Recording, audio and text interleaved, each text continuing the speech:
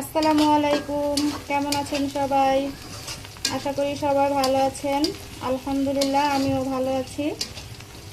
গ্রামের থেকে কচু শাক আনছিলাম, তো ওইটা এখন কচু শাকটা চিংড়ি মাছ দিয়ে রান্না করব।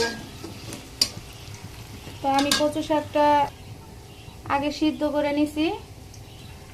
সিদ্ধ করার পরে এখন আমি চিংড়ি মাছ দিয়ে এটা রান্না করব।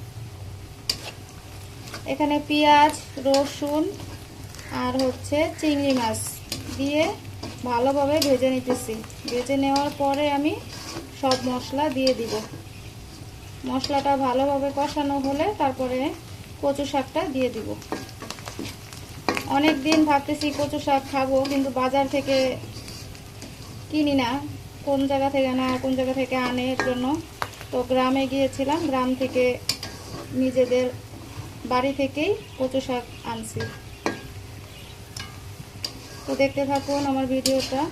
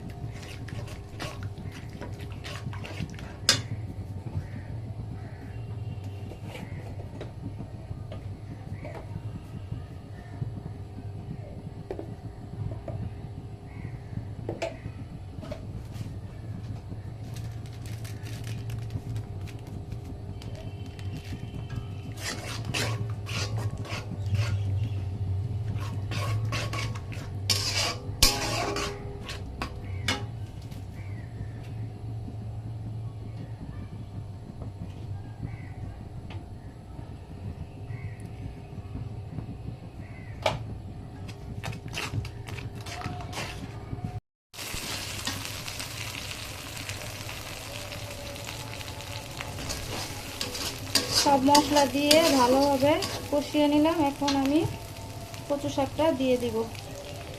কচু শাকটা আমি আগেই সিদ্ধ করে নিয়েছিলাম।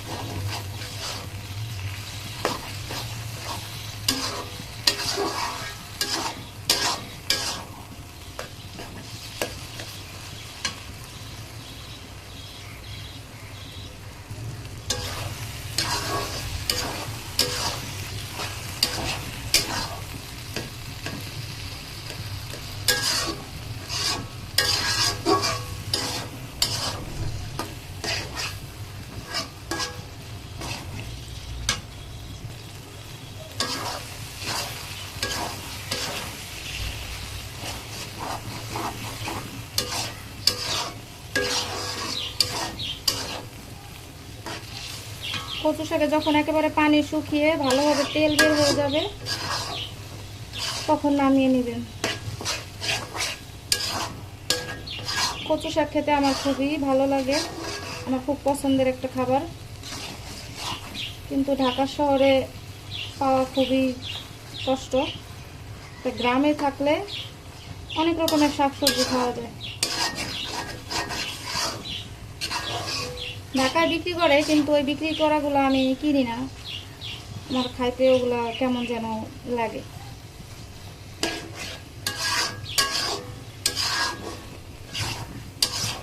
আমি ছোটবেলা থেকে এই কচু শাকটা পছন্দ করি।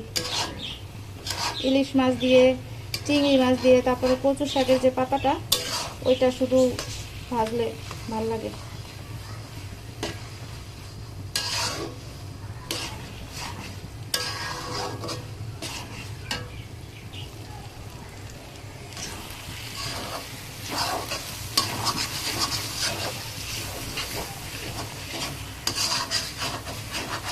এত কষ্ট এই কচু রান্না করা, বাবা। কাটো, ধোও, পরিষ্কার করো, সিদ্ধ করো, আবার রান্না করো। যাই হোক, কচু শাকটা শেষ পর্যায়ে। খাইতে যে কি মজা লাগবে।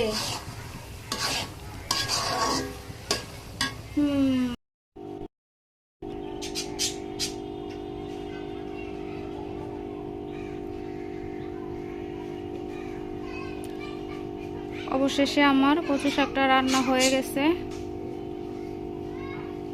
দেখতে তো অনেক সুন্দর লাগতেছে।